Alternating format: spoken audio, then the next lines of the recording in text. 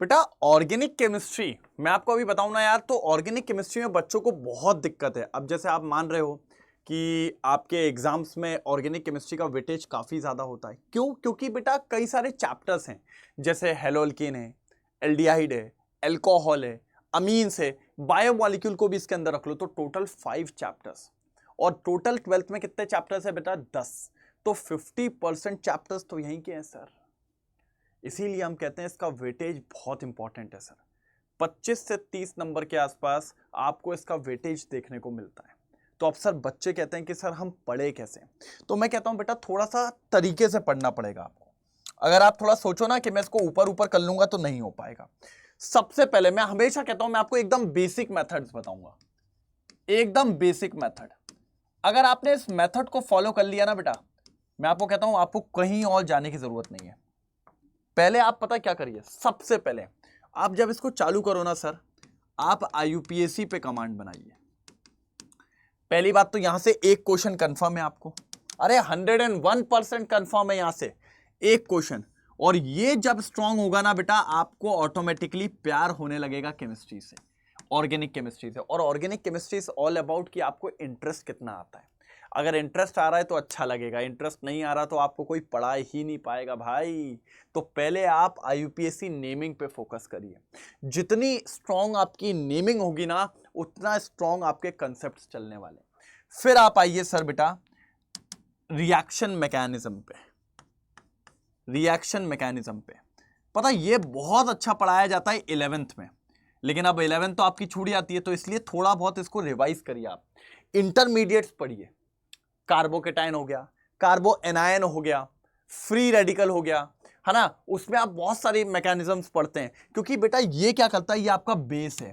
जितना स्ट्रांग ये होगा, लिखो इसको ऐसे लिखो, जितना स्ट्रांग ये होगा आपका काम उतना बढ़िया होगा। ठीक है, आपकी ऑर्गेनिक में उतनी कमांड होगी, आपकी ऑर्गेनिक में उतनी ज्यादा बेटा क्या होने वाली है, कमांड होने वाली है। तो आपको रिएक्शन मैकेनिज्म्स बहुत अच्छे से आना चाहिए। इसके बाद, क्योंकि अगर ये आ गया ना तो आपकी रिएक्शंस बनने लगेंगी बेटा। इसके बाद जब आप रिएक्शंस पढ़ोगे ना, आपकी रिएक्शंस ऑटोमेटिकली बनने लगेंगी, अगर आपको रिएक्शन मैकेनिज्म आ गया आपको। ठीक है, फिर आप फोकस करिए बेटा नेम रिएक्शंस पे। नेम रिएक्शंस पे बेटा यहां से डायरेक्ट क्वेश्चंस आपके बोर्ड में पूछे जाते हैं। आप इसका चार्ट तैयार करो भाई, नेम रिएक्शन का चार्ट तैयार करो, चार्ट तैयार करिए नेम रिएक्शन का, तब आपको काम हो पाएगा, नहीं तो नहीं हो पाएगा। उसके बाद लास्टली आप फोकस करिए कन्वर्जेंस पे। कन्वर्जेंस पे ये, क्योंकि कन्वर्जेंस क्या होता है, एक तो पेपर में आते हैं, सबसे टफ पार्ट कोई है आपके बोर्ड्स का तो वो कन्वर्जन है बेटा।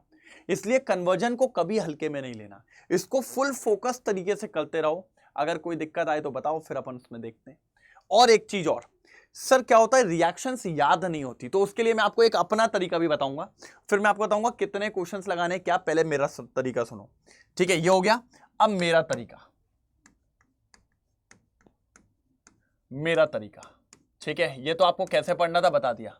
इसमें सबसे पहले आप एक चार्ट तैयार करो नेम रिएक्शन का। भाई ये तो हो जाना चाहिए, सारी नेम रिएक्शन को एक फर्रा बना लो, वो फर्रे को सुबह शाम देखते रहो, है ना। मतलब दिन में जैसे आप मैसेज देखते रहते हो ना, किसी से चैटिंग करते रहते हो, वैसे 2-3 बार इससे चैटिंग करते रहो नेम रिएक्शन में। फिर एक चार्ट बनाओ जिसको कहते हैं रिएजेंट चार्ट। उसमें क्या करो सर, आप सबसे पहले कॉलम में आप देखो नेम, रिएक्शन का नाम, ठीक है। फिर सेकंड में डालो रिएजेंट, सेकंड में डालो क्या, रिएजेंट, ठीक है, रिएजेंट डाल दिया। फिर रिएजेंट का यूज यहां पर एग्जांपल के फॉर्म में, बात समझ पा रहे हो। पहले आपको क्या डालना है भैया, नेम, फिर रिएजेंट क्या यूज होने वाला, उस रिएजेंट का काम क्या है। अगर आपने ऐसा चार्ट सबके लिए बना लिया ना बेटा, आपका काम हो जाएगा। जैसे एग्जांपल देता हूं, हाइड्रोजनेशन रिएक्शन, निकल प्लैटिनम पैलेडियम, और यहां पर उसका यूज कर दो कि अल्कीन से अल्केन बना देता है या अल्काइन से अल्केन बना देता है, तो ये इसका एग्जांपल हो जाएगा बढ़िया तरीके से, कोई दिक्कत की बात नहीं है। ठीक है, डन, चलो ओके। तो मैंने कहा ये बढ़िया हो गया। अब आगे चलते हैं बढ़िया तरीके से। देखो जरा ध्यान से सुनना तभी मजा आएगा। तो अगर ये 2 चार्ट आपने कर लिए तो बेटा आपका काम बिल्कुल आसान होने वाला है। ठीक है, अब इसके बाद क्वेश्चंस कहां से लगाने, ऑर्गेनिक के क्वेश्चंस कहां से लगाने। मेरे हिसाब से ऑर्गेनिक के क्वेश्चंस आप लगाएं सबसे पहले। भाई जितने भी क्वेश्चंस आपके क्लास होते हैं, पहले क्लास के क्वेश्चंस कंप्लीट करें, क्लास के क्वेश्चंस। उसके बाद आप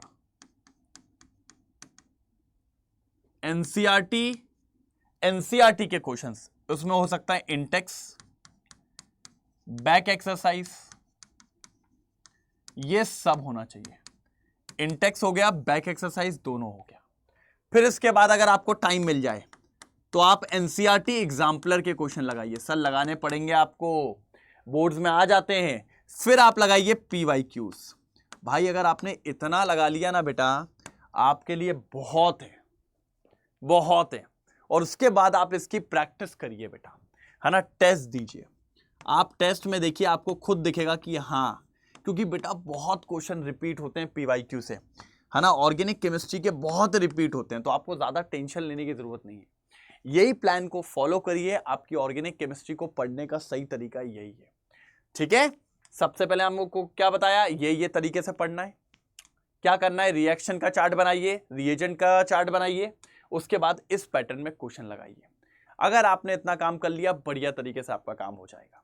दूसरी इंपॉर्टेंट बात जो कि यहां आपको सुननी है कि बेटा ये तो 12th का हो गया। अब अगर कोई बच्चा ऐसा है जो 12th के साथ नीट का एग्जाम देने का सोच रहा है, तो बेटा नीट का एग्जाम आपको पता है सिर्फ 150 दिन बाद है। 150 दिन भी ज्यादा बोल दिया, 135 से 140 दिन। लेकिन क्या होता है बेटा साथ में देने का, क्योंकि क्या होता है कि काय के लिए प्रेशर लेना, 1 साल ड्रॉप लेके, ये सारी चीज। तो हमारी पूरी टीम का क्रैश कोर्स आ चुका है, जिसको हम कहते हैं नीट सारथी क्रैश कोर्स, जिसमें बेटा क्लास 11th और क्लास 12th की क्लासेस चालू हो चुकी हैं। जिनकी क्लासेस लग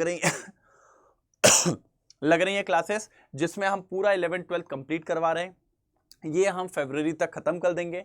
मार्च में आपका, है ना, ये मान के चलिए मार्च में आपको एक प्रैक्टिस बैच भी करवाएंगे, जिसमें हम आपको साथ में क्वेश्चन सॉल्व करवाने वाले हैं। उसके बाद आपको यहां मिलेगा AITSB बेटा, AITSB आपको मिलने वाला है। AITS क्या होता है, ऑल इंडिया टेस्ट सीरीज, जिसमें आपको 10 टेस्ट दिए जाएंगे और इनका काम होगा कि आपको परखना कि आप कितने पानी में हो। अगर आप चाहें तो नीट सारथी अनलिमिटेड बैच भी ले सकते हैं, अल्टीमेट बैच भी ले सकते हैं। इसमें आपको एक्स्ट्रा टॉपर बॉक्स मिल जाएगा। इसमें आपको एक्स्ट्रा क्या मिल जाएगा बेटा, टॉपर बॉक्स भी मिल जाएगा, जो कि बहुत ज्यादा जरूरी होता है। दूसरी इंपॉर्टेंट बात, इसका प्राइस है बेटा 2799 और इसका प्राइस है 3999।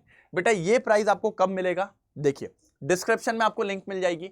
आप जैसे ही लिंक पे क्लिक करेंगे, वहां पर एक कोड लगा होगा, लेकिन वहां पर ये प्राइस ज्यादा होगा।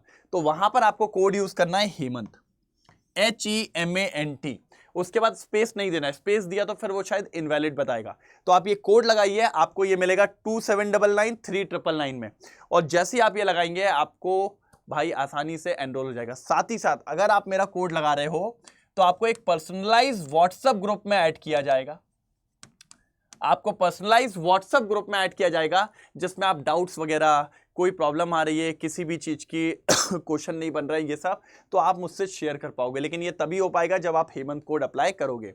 दूसरी बात, अगर कोड में कोई प्रॉब्लम आए या किसी तरीके की इंफॉर्मेशन आपको चाहिए तो 9240023295 इस नंबर पे आप कॉल कर सकते हो। आपका आसानी से कोड भी लगवा दिया जाएगा और काम भी हो जाएगा। ठीक है, तो बेटा इस तरीके से आपको ऑर्गेनिक पढ़नी है। और अगर आपको लग रहा है सारथी बैच में एनरोल करना, तो अभी एनरोल करिए फटाफट।